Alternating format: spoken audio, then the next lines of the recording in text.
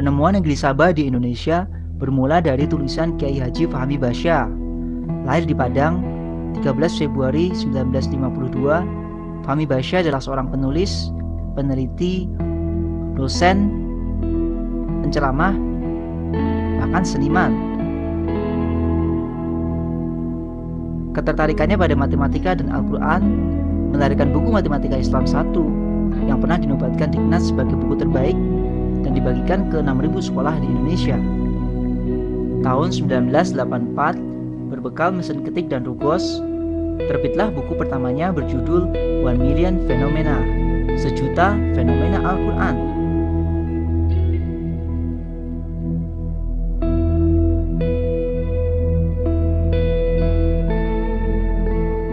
Hingga kini, buku itu terus disempurnakan dan telah mencapai cetakan ketiga. Kiai Haji Fahmi Basya melakukan penelitian matematika di Al-Quran sejak tahun 79. Data matematika di Al-Quran dan Sunnah Nabi dibuat model matematikanya. Fahmi Basya menemukan model piramida 286 dari Al-Quran. Dari atas mirip Alubadatu Borobudur, yaitu bagian atas Borobudur. Dari kesamaan ini, penelitian terhadap Borobudur mulai dikembangkan. Borobudur adalah ars yang dipindah pada kisah Sabah di Al-Quran. Secara dahsyat sekali dengan kecepatan yang melebihi kecepatan cahaya. Ya. Sepertinya akal kita tidak bisa menampung ini. Tetapi sebelumnya ada peristiwa yang maha dahsyat, yaitu sebelum itu, pada kisah Nabi Sulaiman, di zaman Nabi Sulaiman, yaitu perpindahan ars Ratu Saba. Ya. Sedangkan di dalam Al-Quran sendiri ada juga ini sumbernya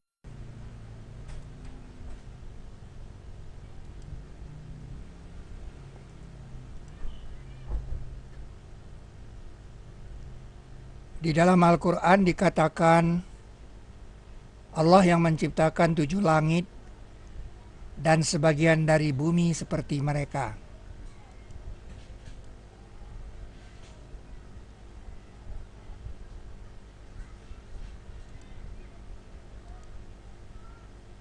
Wa minal ardi mithlahunna, dan sebagian dari bumi seperti mereka.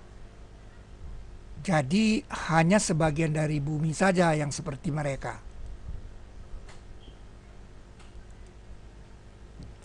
Sebagian dari bumi seperti mereka itu adalah negeri Sabah. Karena negeri Sabah satu-satunya negeri di bumi yang dikatakan baldatun thayyibatun. Dan itu adalah Indonesia.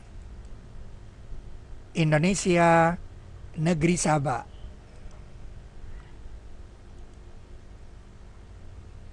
Baldatun thayyibatun wa rabbun ghafur.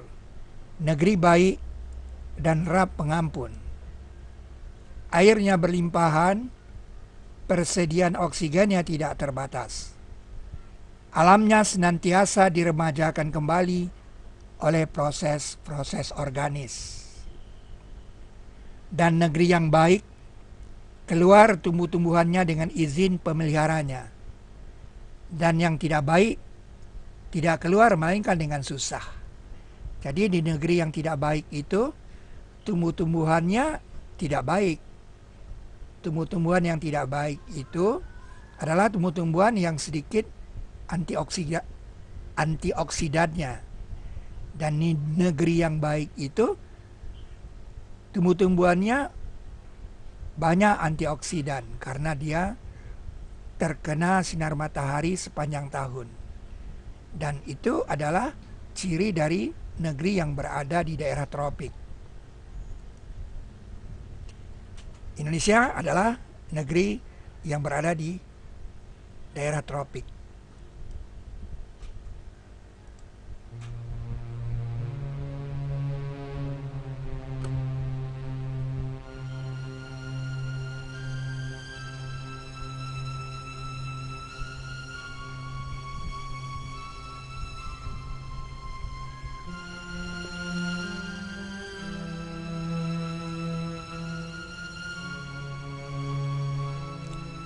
Allahul ladzi khalaqa sab'a samawatin wa minal ardi mithlahunna. Allah yang menciptakan 7 langit dan sebagian dari bumi seperti mereka. Sudah lama kita mengetahui bahwa langit itu 7. Langit itu 7 sudah disebut sejak zaman Nabi Nuh alaihissalam. Dalam surat Nuh dalam Al-Quran, Nabi Nuh mengatakan, "Apa tidak engkau lihat bagaimana Allah menciptakan 7 langit bertingkat-tingkat?" Di dalam surat Mulku ayat 3 dikatakan, Dia yang menciptakan 7 langit bertingkat-tingkat. Sebenarnya langit 7 itu adalah sebuah pelajaran matematika yang mengatakan kepada kita ada lingkaran yang jari-jarinya 7. Lingkaran yang jari-jarinya 7 ini kelilingnya adalah 44. Kalau lingkaran yang kelilingnya 44 ini kita bikin bentuk petanya, maka dia menjadi bujur sangkar yang sisinya 11. Jadi itulah fenomena langit 7 dalam bentuk petak dalam 2 dimensi. 3 dimensinya adalah balok 11 kali 11 kali 11 yang jumlah baloknya adalah 1331. Fenomena dari 11 ke 7 itu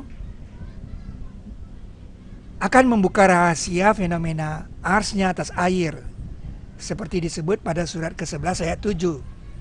Wa kana arsyuhu 'alal ma', dan adalah arsnya atas air. Dan keliling 44 ini adalah kode dari surat Asap atau surat Kabut. Surat Ad-Dukhan itu surat ke-44. Di dalam Al-Quran surat ke-21 ayat 30 dikatakan, apa tidak orang kafir melihat bahwa langit dan bumi itu dulunya satu kesatuan yang padu, kemudian kami pisahkan antara keduanya. Kalau satu kesatuan yang padu yang terdiri dari 1331 balok itu kita pisahkan, maka ia akan terpisah menjadi 2 bagian. 285 dan 1046. 1046 ini diidentifikasi sebagai kode dari Alif Lam Mim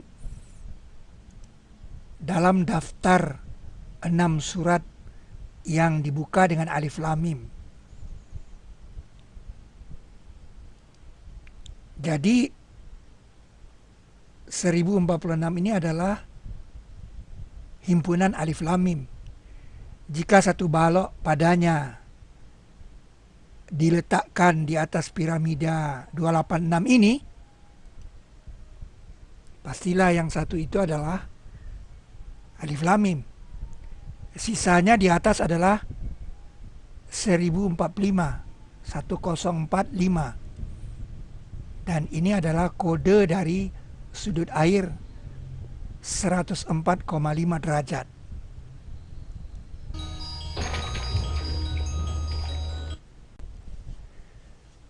Itu sebab lanjutan dari ayat itu mengatakan, dan dari air kami jadikan tiap sesuatu yang hidup.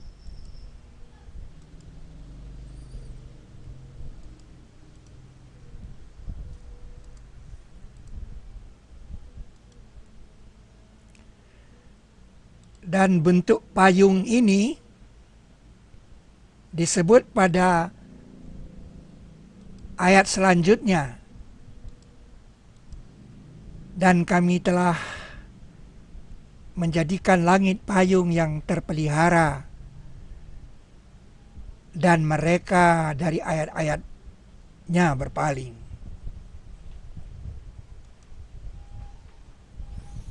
Itulah balok alam semesta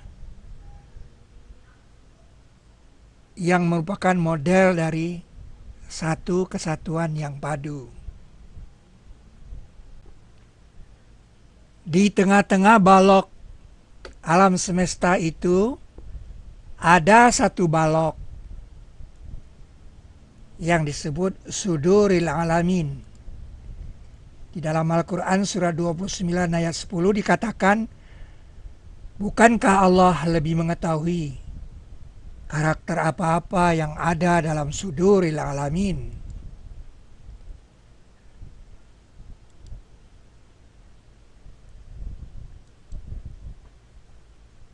Di dalamnya ada piramida 286. Dengan balok paling atas adalah Suduril Alamin.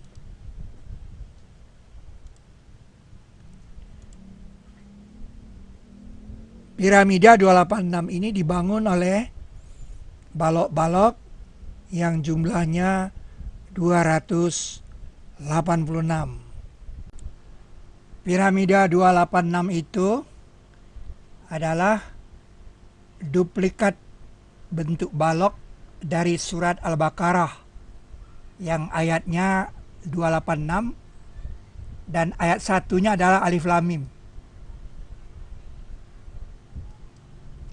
Kalau sebuah balok mewakili Alif Lam Mim, maka diagonal ruangnya adalah Lam Mim. Ini adalah kemajuan setapak dalam memahami Alif Lam Mim. Alif Lam Mim diwakilkan kepada sebuah balok. Kita sebut balok Alif Lam Mim. Jika satu balok dari balok alam semesta itu diletakkan di bumi, kita jadi mengerti sekarang mengapa Ka'bah dikatakan diletakkan. Dengan istilah wudi'a. Kata letakkan itu dikamuskan pada surat keempat ayat 102 yang mengatur tata cara menjaga pos keamanan.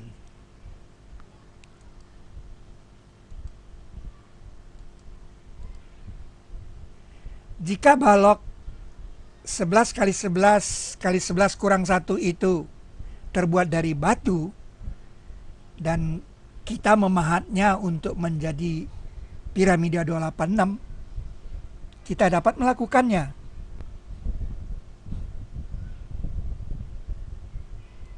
Tetapi apakah Anda mengerti bahwa balok bongkaran, yaitu sisa daripada pemahatan tadi, kalau kita susun, dia akan merupakan alas dari piramida 286. Sehingga sekarang kita memerlukan orang untuk memindahkan piramida 286 kepada alasnya. Dan itu adalah terjadi dalam kisah Nabi Sulaiman memindahkan Ars Saba. Maka terjadilah piramida 19 yang alasnya terdiri dari 19 kali 19 balok. Ayat Al-Quran ini mengatakan, siapakah pemelihara langit yang 7 dan pemelihara Ars yang azim?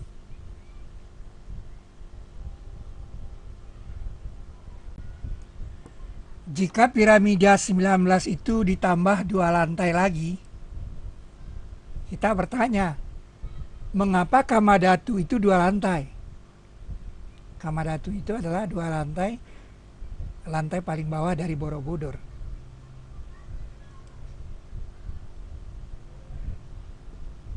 Maka terjadilah piramida 23, karena alasnya terdiri dari 23 kali 23 balok. 23 kali 23 kali 12 ini adalah balok Al-Quran. Kita tahu Al-Quran itu ayatnya 6348 adalah 23 kali 23 kali 12. Ini yang kita sebut balok Al-Quran. Dan semuanya bilangannya adalah 230 bersama 112 ini. Dan itu bilangan yang habis dibagi 7. tambah 112 ini juga habis dibagi 7.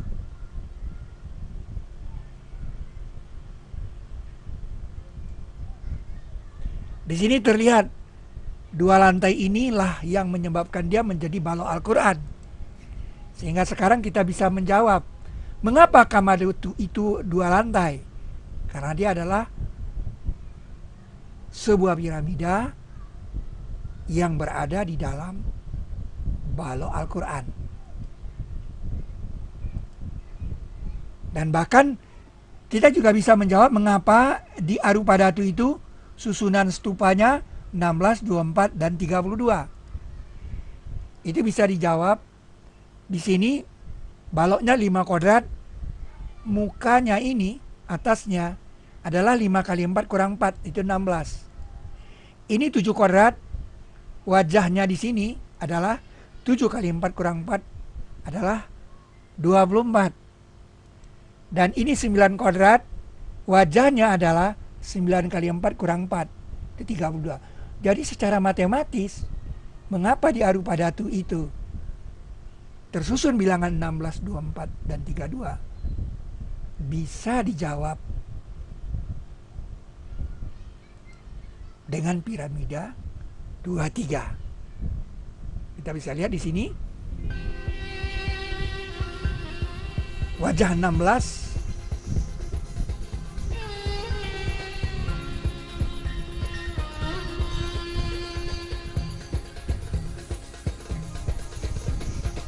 wajahnya. Kemudian di 24 ini wajahnya 24.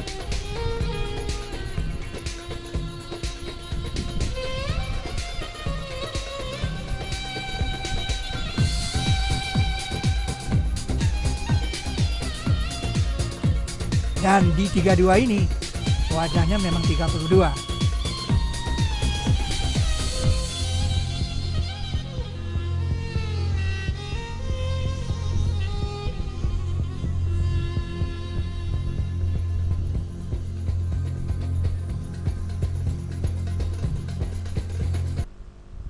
Jadi kita sudah menemukan model matematika dari Borobudur.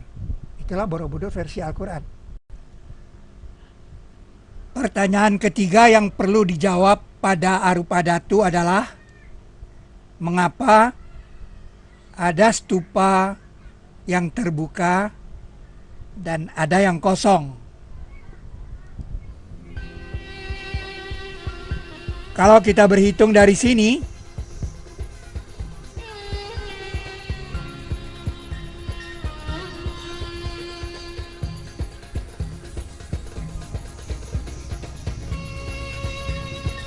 kita menemukan bilangan 16 di sini. Dan kalau kita berhitung dari sini,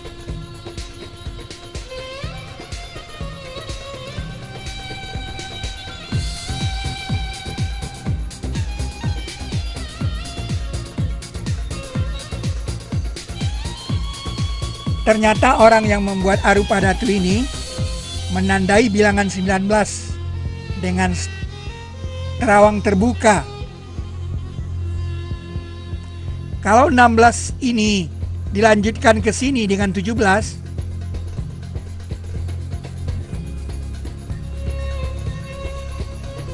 18 di sini. Ternyata yang membuat Arupadatu ini menandai 19 lagi dengan terawang terbuka. Terawang terbuka pertama awal, dan ini terawang terbuka akhir.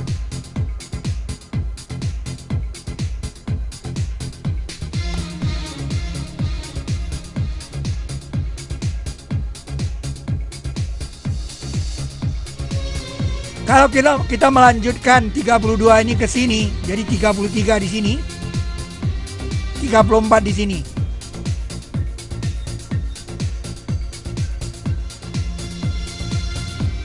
Ternyata 45 di sini, 8 di sini, 17 di sini. Ini adalah sebuah kalender, 8, 45, 17. Kalau kita berhitung 1 di sini, 2 2 di sini.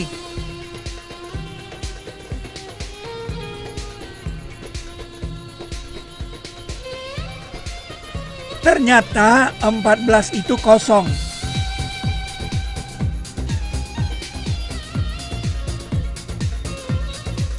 Kalau ini adalah surat Saba, ternyata surat Saba itu setelah 19 dia berganti judul. Kalau ini surat Al-Insan, ternyata surat Al-Insan ayat 19 itu mengatakan di ayat 19-nya tentang wildan, anak muda. Dan surat Al-Insan itu ayatnya 31. Kalau kita melanjutkannya dengan surat Tur di sini, 2 di sini.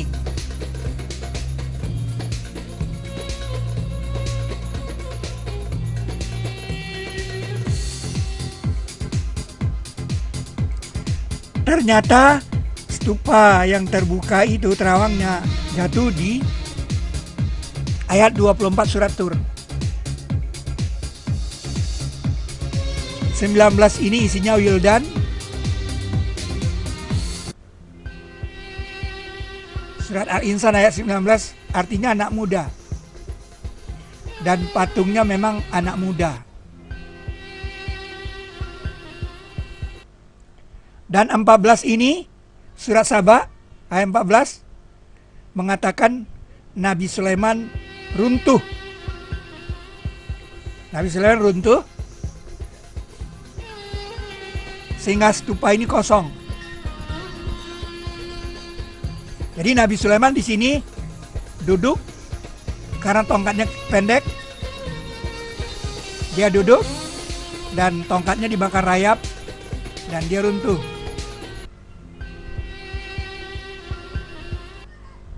Dan 24 ini surat Tur berisi Gilman. 24 seorang pelayan juga di sorga, tetapi dia dibikin agak tua supaya kita bisa membedakan wildan yang lebih muda. Jadi ini anak muda, ini agak tua.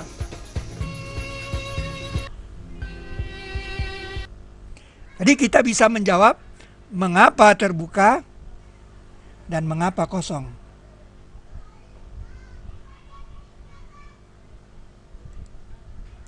Itulah piramida 23, tingginya 12,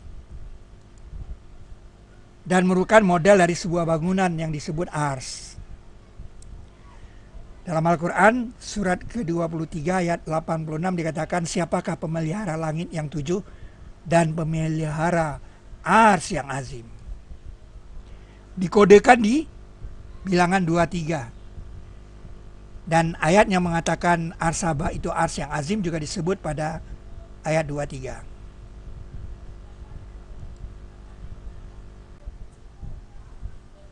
Jika kita turun ke Ka'bah,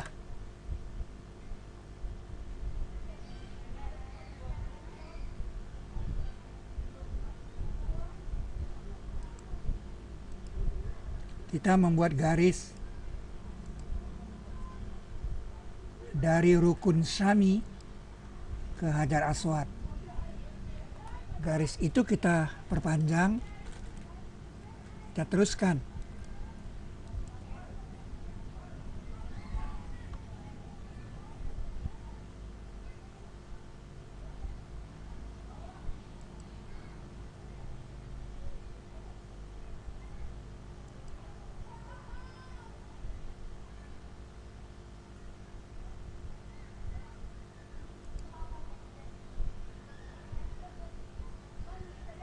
Ternyata garis itu persis melewati bagian atas dari Ars-Saba.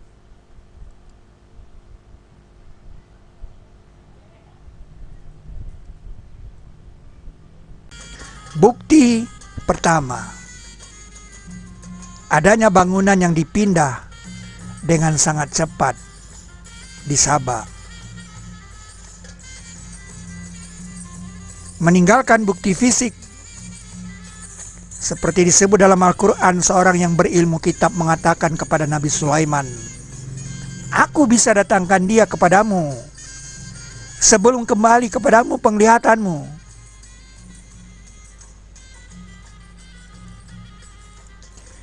Dan ternyata jarak antara Istana Ratu Boko dan Borobudur itu hanya 36 km, sebuah jarak yang ideal untuk penerbangan burung. Karena burung hudhud terbang dan kembali melaporkan kepada Nabi Sulaiman. Kemudian dia membawa surat dan melemparkannya di Istana Ratu Boko. Dan sekarang kita temukan lempengan emas itu, plat emas itu di dalam kolam di Istana Ratu Boko.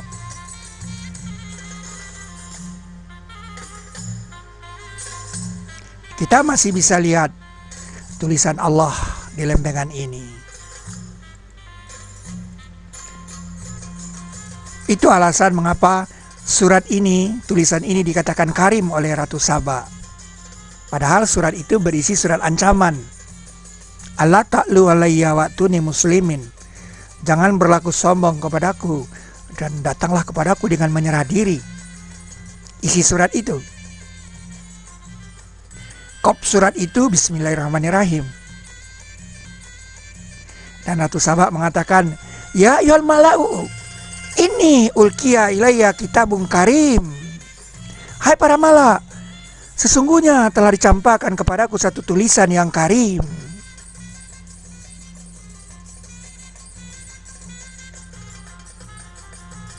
Itulah bukti pertama.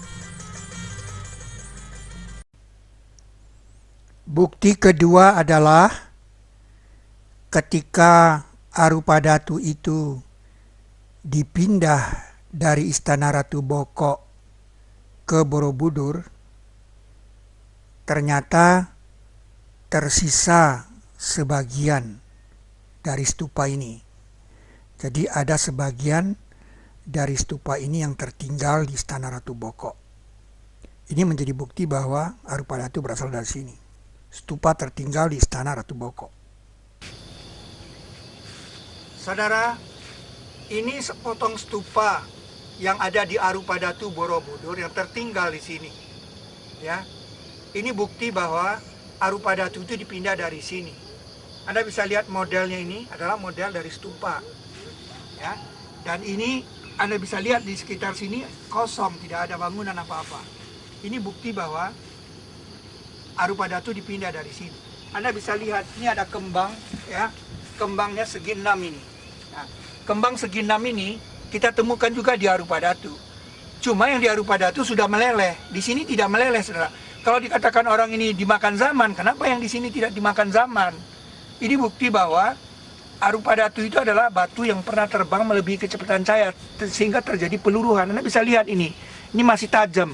Nanti kita bisa bandingkan yang di Arupadatu, tidak setajam ini. Ya, ini kan tajam nih, ya kan? Nanti di Arupadatu Anda bisa lihat ini sudah meleleh. Inilah model dari bukti bahwa Arupadatu pernah dipindah dari sini. Dan kawasan ini semuanya kehilangan bangunan-bangunannya. Anda bisa lihat di sekitar ini kosong. Ya, sekitar ini kosong. Ya. Itu bukti bahwa Arupadatu itu adalah arsnya Saba yang pernah dipindah. Jarak ini, tempat ini ke Arupadatu Borobudur itu 36 km. Bukti 3 adalah Asfadu, the Solomon Wall, yang kita temukan di dasar laut. Panjangnya 112 km, 62 km sebelah utara Jayapura, Indonesia. Dia sejajar dengan Khatulistiwa. Anda bisa lihat data dari Google Earth, 62 km dari Jayapura, Indonesia. Panjangnya 112 km. Lebarnya 2,7 km. Tingginya 1,8 km.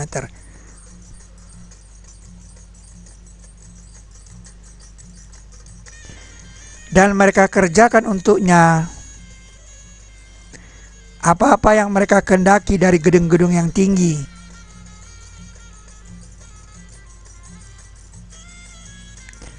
Kalau kita meletakkan piramida Khufu di sini, dia akan setinggi itu saja. Bangunan seperti ini disebut bangun Y dalam matematika Islam.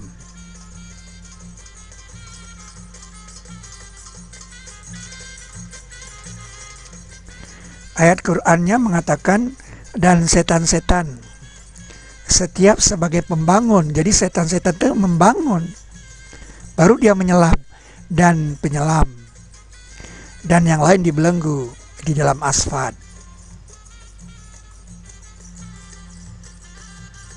Ini dia asfad.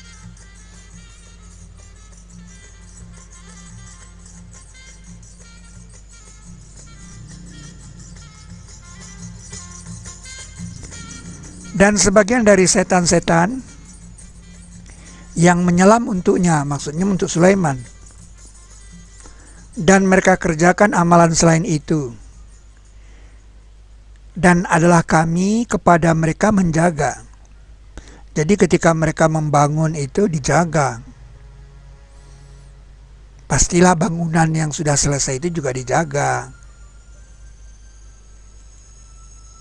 Itulah asfadu, the Solomon Wall. Sebagian dari jin, orang yang bekerja di hadapannya dengan izin Rabbnya.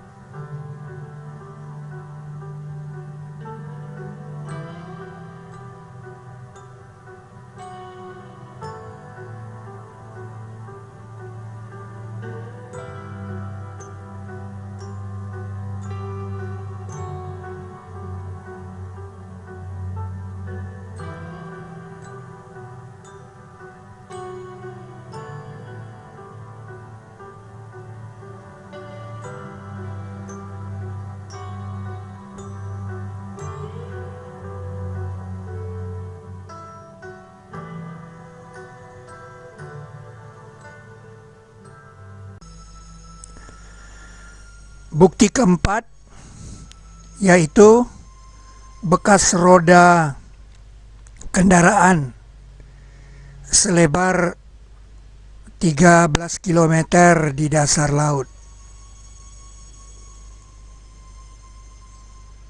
Dan dia mengeluarkan cahaya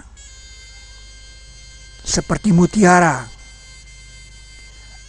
lu'wal marjan, seperti mutiara dan marjan, sebagai ayat-ayat Allah menarik para peneliti.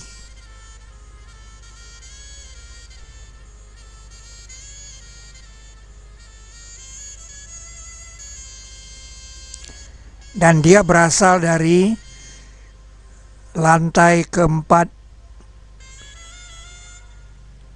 rupa datu. Di sana ada relief, ada gambar kendaraan.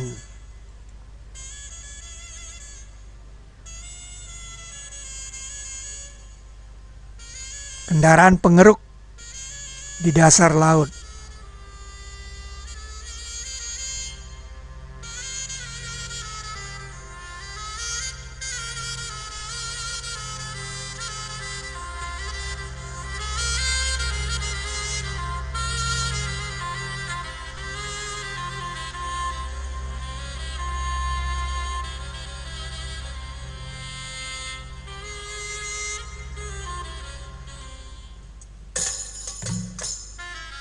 Kendaraan ini kita namakan Sabiqat.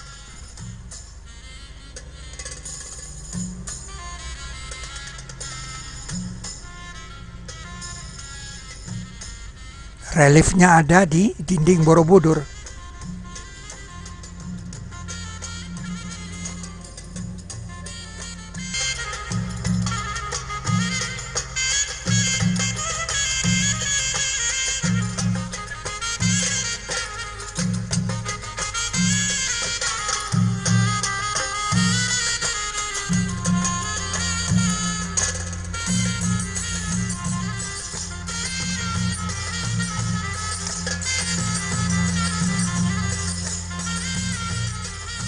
Kita bisa lihat dengan data di komputer ini, lebarnya 13 km.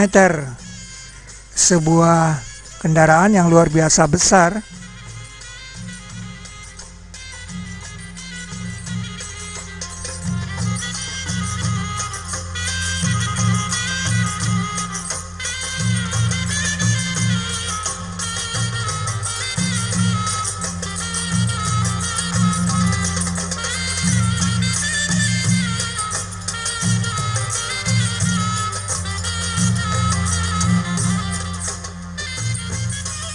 Ini perjalanan 1.400 km dari Terminal 1 ke Terminal 3.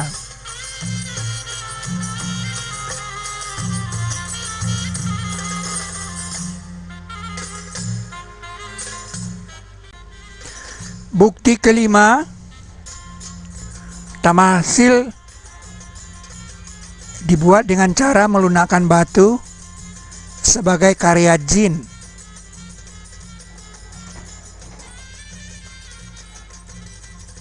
Pertama itu adalah jenggot terulur. Tamasil ini, jenggot ini terulur. Jenggot ini terulur, ini mustahil dipahat. Ini bukti bahwa tamasil ini dibuat dengan cara melunakkan batu.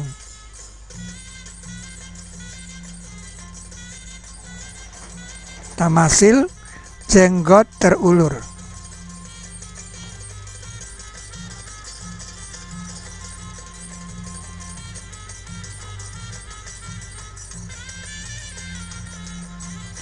Dan sebagian dari jin, orang yang bekerja di hadapannya dengan izin Rabbnya,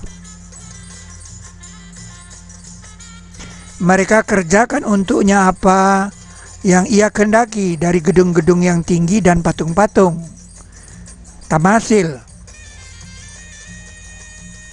dan piring-piring seperti kolam dan kuali-kuali yang tetap. Yang kedua adalah pipi tembem ini. Pipinya ini terlihat ditambah. Ini mustahil dipahat. Ini bukti bahwa pembuatannya dengan melunakkan batu.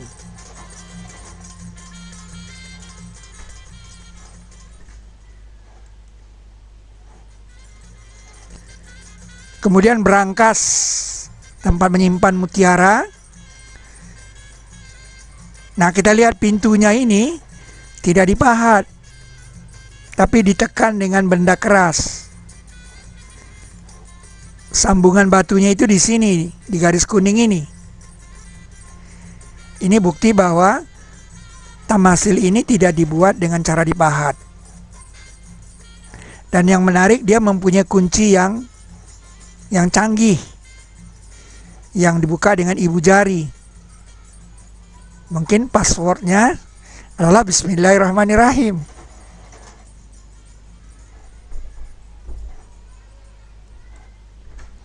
Kemudian rambut dipelintir.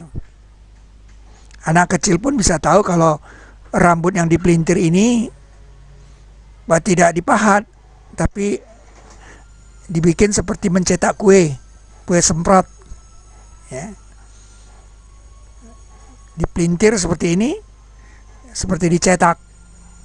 Jadi ini mustahil dipahat, mustahil dibuat oleh manusia. Ini pastilah karya makhluk yang mampu melunakkan batu. Itu sebab jin dikatakan diciptakan dari api. Kita tidak bisa membohongi orang banyak dengan mengatakan ini dipahat. Apalagi di abad ke-8, bukan lagi abad manusia memahat batu, tapi sudah abad keramik. Rambut dipelintir. Dan sebagian dari jin orang yang bekerja di hadapannya dengan izin Rabbnya. Mereka kerjakan untuknya apa yang ia kehendaki dari gedung-gedung yang tinggi dan patung-patung, dan piring-piring seperti kolam, dan kuali-kuali yang tetap. Begitu juga tamasil mayang terurai ini mustahil dipahat, tapi dia dengan cara melunakkan batu.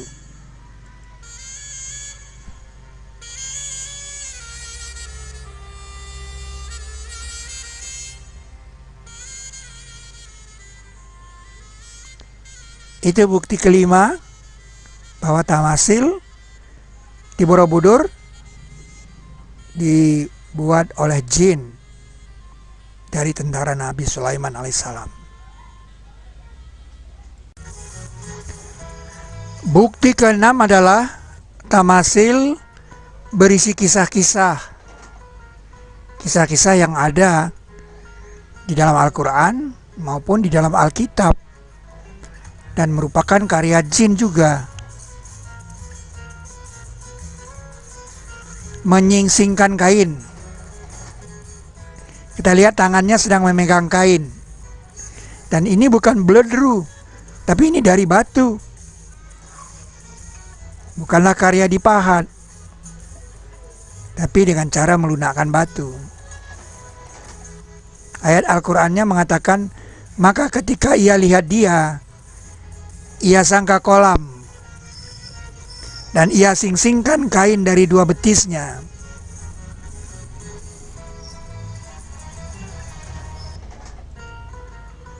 Kita melihat bagaimana dia memegang kain dan dia mengangkat kainnya. Mengapa? Karena dia melihat ada air. Nah, untuk berkomunikasi dengan kita bahwa ini air, digambar ikan di sini. Nah, seolah-olah air. Dan untuk mengatakan bahwa itu seolah-olah air, diberi bunga di sini. Dan bunganya ditarik ke atas sebagai informasi penciuman. Jadi sangkaan. Dia sangka air. Nah,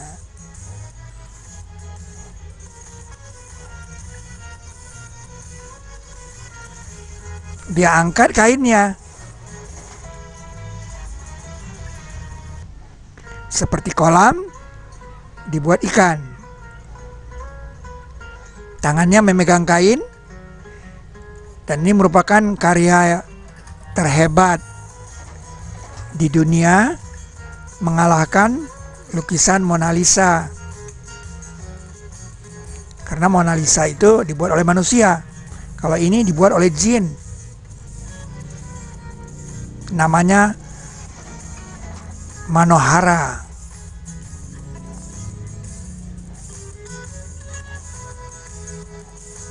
Maka ketika ia lihat dia, ia sangka kolam, dan ia singsingkan kain dari dua betisnya.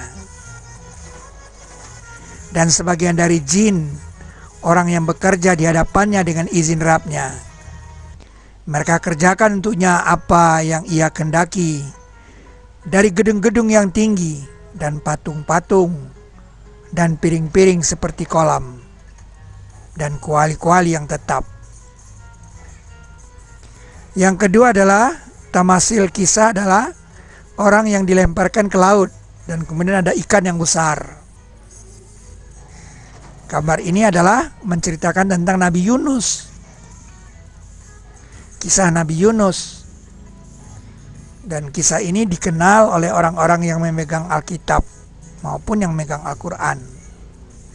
Di dalam Al-Quran dikatakan, dan sungguh Yunus, sungguh dari orang yang diutus, ketika ia lari dari kapal yang penuh muatan, maka ia berundi, lalu adalah ia dari orang yang kalah. Lalu ditelan dia oleh ikan, sedang ia telah berbuat kesalahan. Kisah Yunus di dinding Borobudur. Pastilah ini dari kitab Zabur Nabi Daud yang digambarkan di sini oleh Nabi Sulaiman, dan dia memerintah jin untuk membuatnya. Kemudian ada lagi Zulkifli. dan Ismail dan Idris dan Zulkifli. Setiap dari orang yang sabar. Kifl ini artinya adalah belenggu. Diekspresikan seperti ini, orang yang dibelenggu.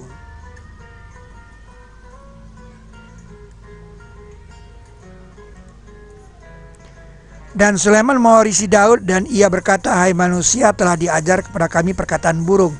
Jadi Nabi Sulaiman memproklamirkan bahwa dia telah diajar perkataan burung. Dan di sini kita melihat ada tamasil, orang sedang berdialog dengan burung. Itulah tamasil, kisah-kisah. Bahkan ini burung yang sedang memperhatikan orang perempuan. Nah, itu ada ayat Qur'annya, burung hudhud disuruh memperhatikan. Berpaling dari mereka, maka perhatikan apa yang mereka kembalikan. Pergilah dengan tulisanku ini, maka campakkan pada mereka, kemudian berpaling dari mereka, maka perhatikan apa yang mereka kembalikan. Maka ia berhenti tidak jauh. Ekspresi berhenti tidak jauh itu dibuat di sini. Mengapa? Karena ketika dia berhenti tidak jauh itu, burung hudhud berpidato sangat panjang.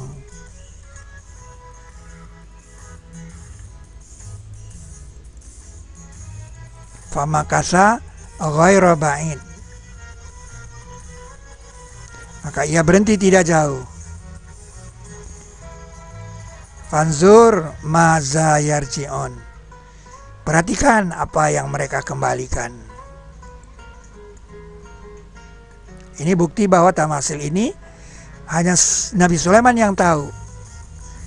Jadi berarti Nabi Sulaiman yang memerintahkan membuat tamasil ini. Dan sebagian dari jin orang yang bekerja di hadapannya dengan izin Rabb. Bukti ketujuh adalah energi. Berkata yang di sisinya ada ilmu dari kitab.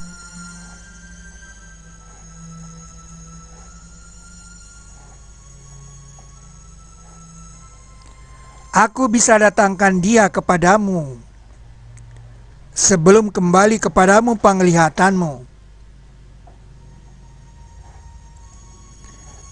Penglihatan terdekat itu 30 cm. Jadi sebelum cahaya berjalan 60 cm, bangunan itu sudah pindah 36 km.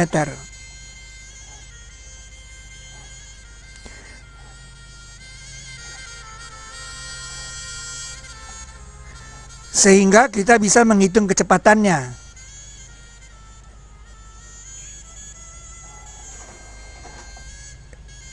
Kecepatannya 60.000 kali kecepatan cahaya.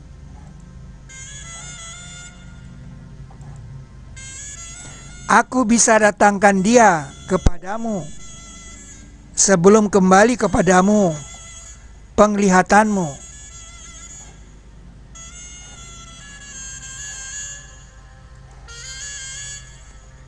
Kalau kita cari pakai E sama dengan MC kuadrat, berarti 60.000 C dikodratkan. Dapatnya 3,6 miliar MC kuadrat. Artinya apa? Energinya 3,6 miliar kali bom atom seberat arupa datu. Padahal bom atom seberat 2 kilo saja sudah menghancurkan Hiroshima dan Nagasaki.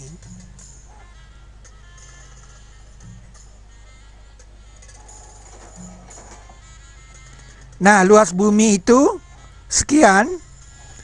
Kalau kita bagi dengan 3,6 miliar, kita mendapatkan peta A.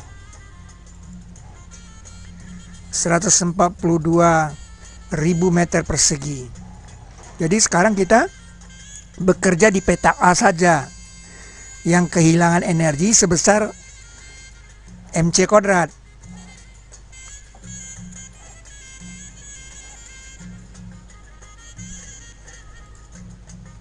Dengan hitungan anak SMU kita dapatkan energinya adalah 648 kali 10 pangkat 19 Joule. Nah, kalau 1 kilogram air itu dari 30 derajat Celcius akan diubah menjadi minus juta derajat Celcius, itu dibutuhkan energi minus 4 kali 10 pangkat 6 Joule. Sehingga kita bisa mencari berapa tinggi es yang terjadi kalau temperatur bumi pada waktu itu adalah 30 derajat Celcius air. Kita mendapatkan tinggi es itu 11.400 km minus 1 juta derajat. Jadi seolah-olah pada waktu itu terjadi kulkas bumi yang minus 1 juta derajat Celcius yang tingginya 11.400 km. Ini luar biasa. Itu dengan anggapan masanya Arupada itu cuma 72 ton. Bagaimana pendapat Anda jika segelas air dimasukkan ke dalam kulkas yang temperaturnya minus 1 juta derajat Celcius? Apa yang terjadi? Ya, seketika air itu beku, termasuk Anda yang berada di depan kulkas itu. Seketika. Nah, apa yang terjadi dengan bumi ketika bumi memasuki kulkasnya yang minus 1 juta derajat itu? Jawabnya adalah bumi seketika membeku. Apakah ada buktinya? Itulah pertanyaannya.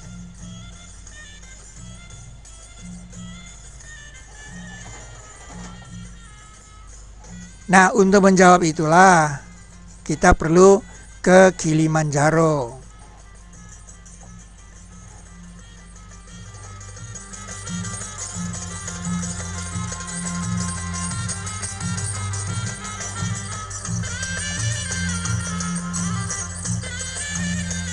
Di Afrika, gunung ini ditutupi es abadi. Gunung ini terkenal karena ketika pemanasan global, esnya sudah mulai menghilang. Nah, kita bisa lihat fosil di sini terbekukan ketika tempat ini mendadak menjadi dingin. Nah, ini saksi pertama bahwa bumi kita pernah terdinginkan secara mendadak. Nah, yang kedua adalah di Austria, yaitu pegunungan Alpen.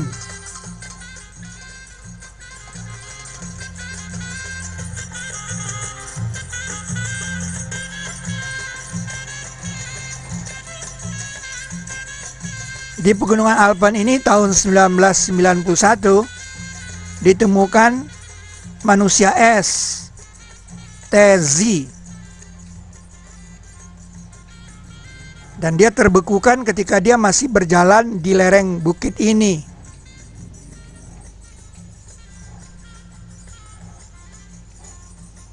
Jadi tiba-tiba bumi kita mendingin dan dia terjatuh dan terbekukan. Umurnya sama dengan yang di Kilimanjaro.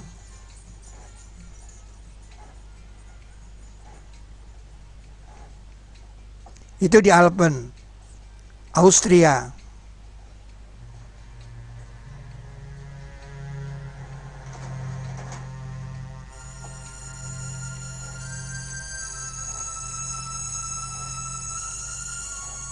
Jadi di Kilimanjaro di Afrika dan di Alpen di Austria, Eropa.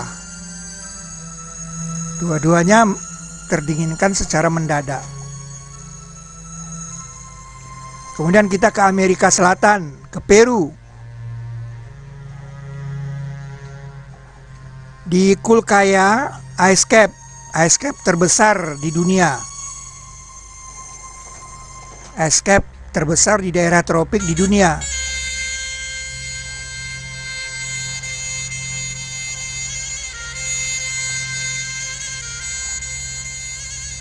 Nah, karena pemanasan global, esnya sudah ternganga.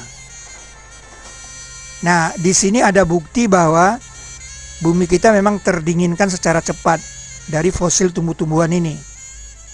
Fosil tumbuh-tumbuhan ini tidak bisa ditangkap kecuali dengan kecepatan yang tinggi. Paling lama dia 1 malam, karena tumbuh-tumbuhan ini daunnya masih segar. Kalau 1 bulan kita bisa lihat dia layu, dia gugur. Ini bukti bahwa bumi kita pernah mendadak menjadi dingin dan terbekukan. Sampai sekarang para ahli tidak bisa menjawab dengan teori iklim yang manapun, belum bisa dijawab dengan cara bagaimana bumi kita terdinginkan secara mendadak.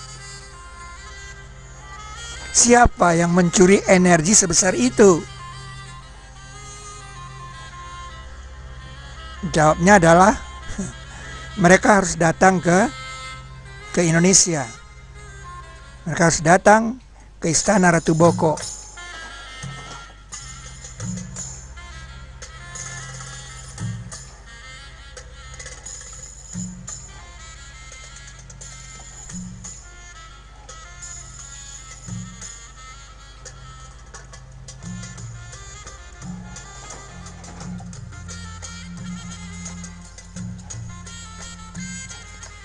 Ini batu di Istana Ratu Boko, Anda bisa lihat. Masih asli, dia belum pindah. Ini yang sudah pindah di Arupadatu, seperti meleleh. Jawabannya di sini. Mengapa bumi kehilangan energi? Karena batu ini sudah pindah dengan kecepatan yang luar biasa.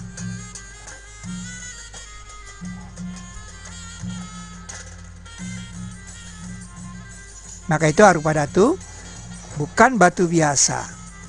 Ketika ditemukan dia masih bagus, masih bersih dan masih utuh, masih kuat batu-batunya. Itu yang dikatakan arupa, tidak mempunyai rupa, batu yang tidak punya rupa. Aku bisa mendatangkan dia kepadamu sebelum kembali kepadamu penglihatanmu.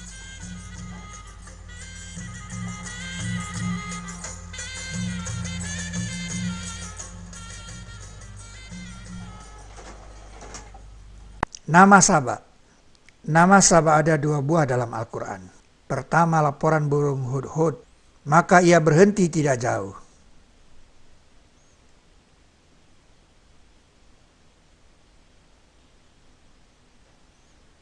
Ia berkata, aku meliput apa yang belum kamu liput dia.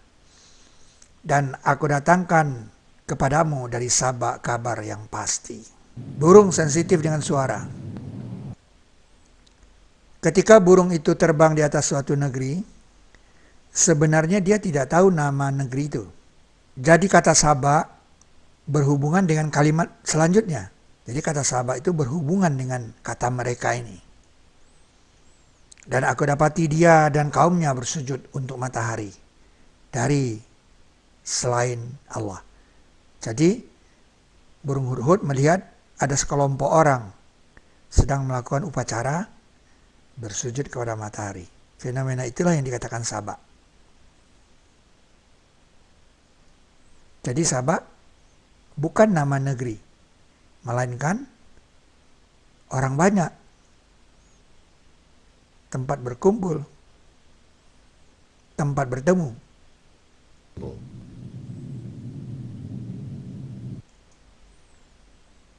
Dan tempat pertemuan itu telah kita temukan, yaitu di Istana Ratu Boko. Tempat ini menghadap ke matahari.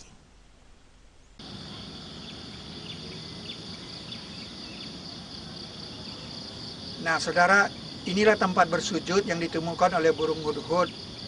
Burung hudhud mengatakan mereka bersujud kepada matahari. Inilah tempat bersujud.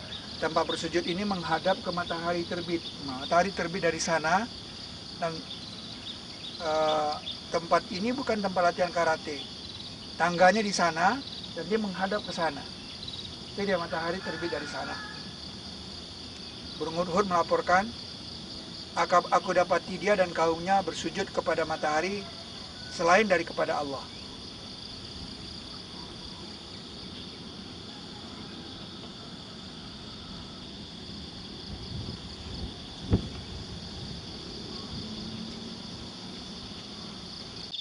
Pusat penelitian gunung berapi di dunia itu di Pulau Jawa. Jadi tidak salah lagi kalau Nabi Daud itu pernah ke Pulau Jawa. Anda bisa lihat daerah seluas ini kosong. Kemana batu-batunya? Kemana bangunannya dipindah?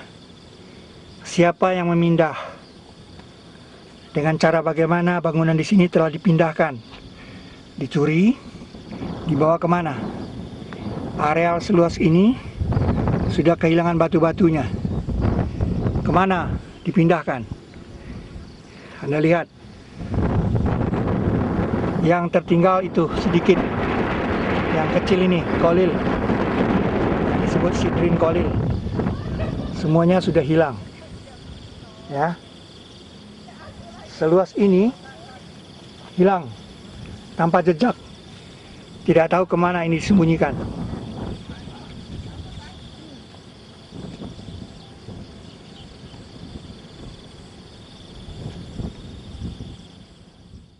Yang kedua adalah hutan Sabak.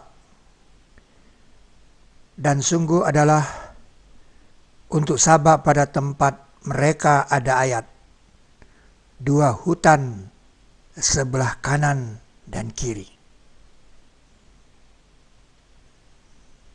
Kalau di dalam Al-Quran dikatakan sebagai ayat, maka ia masih ada. Contohnya kapal Nabi Nuh. Masih ada. Karena dikatakan sebagai ayat. Jadi hutan Sabak itu pastilah masih ada. Sebab itu kita tanya kepada orang Jawa, hutan dalam bahasa Jawanya apa? Hutan dalam bahasa Jawanya adalah wana. Dalam kamus Jawa Kawi Indonesia, Dr. Mahasri M. Hum, Sabak artinya pertemuan. Jadi hutan Sabak adalah wana Sabak. Dan itu adalah Wonosobo. Tidak kebetulan kalau di sini ada nama Sleman yang berasal dari Sulaiman. Jadi nama Sabak ada, hutan Sabak ada.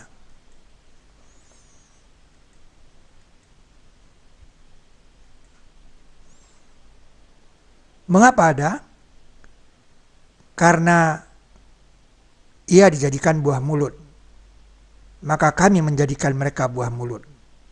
Faja'alnahum ahaditha.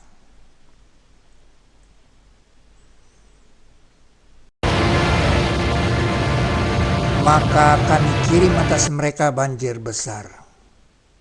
Farsalna alaihim sailal arim.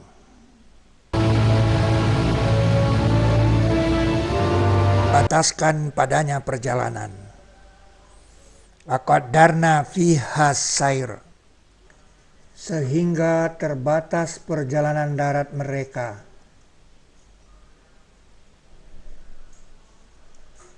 Dan kami hancurkan mereka tiap hancuran. Sekarang mereka terdiri dari 17.000 pulau. 9.000 pulau belum mempunyai nama. Dan kami hancurkan mereka tiap hancuran. Kata tiap hancuran ini, kulla mumazzakin,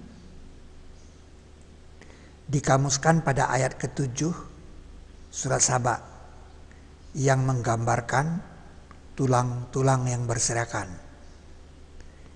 Ketika kamu sudah hancur tiap hancuran, sesungguhnya kamu sungguh dalam ciptaan yang baru. Jadi negeri Sabak itu seperti tulang-tulang yang berserakan. Kepalanya di Kalimantan, tulang kakinya di Sumatera, tulang tangannya di Pulau Jawa, dan tulang-tulang yang lain di Sulawesi dan di Irian. Fenomena tulang-tulang yang berserakan seperti ini tidak dimiliki oleh Yaman.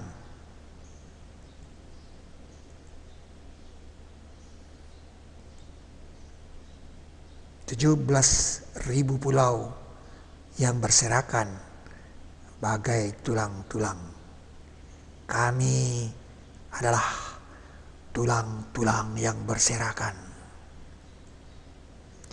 Dan kami hancurkan mereka tiap hancuran." Ingatlah, Al-Quran itu bukti untuk tiap sesuatu. Tibyanan likulli syai'in, dan penjelasan tiap sesuatu. Tafsila kulli syai'in. Maka kami kirim atas mereka banjir besar.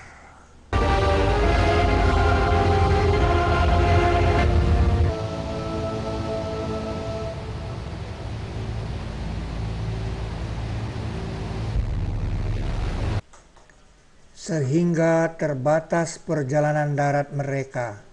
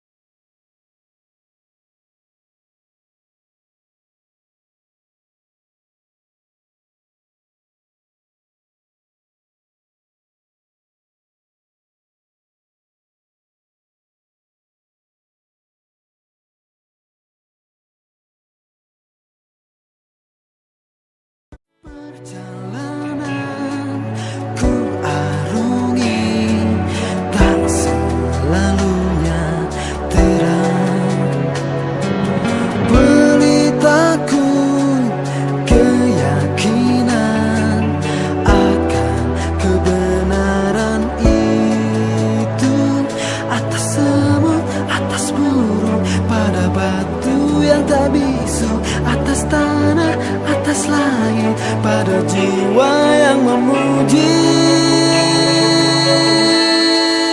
Kau yang maha tahu. Tuntunlah aku menuju ranah-Mu. Duhai Kau utus Dia dengan tanda yang mungkin aku bisa membacanya. Sulaiman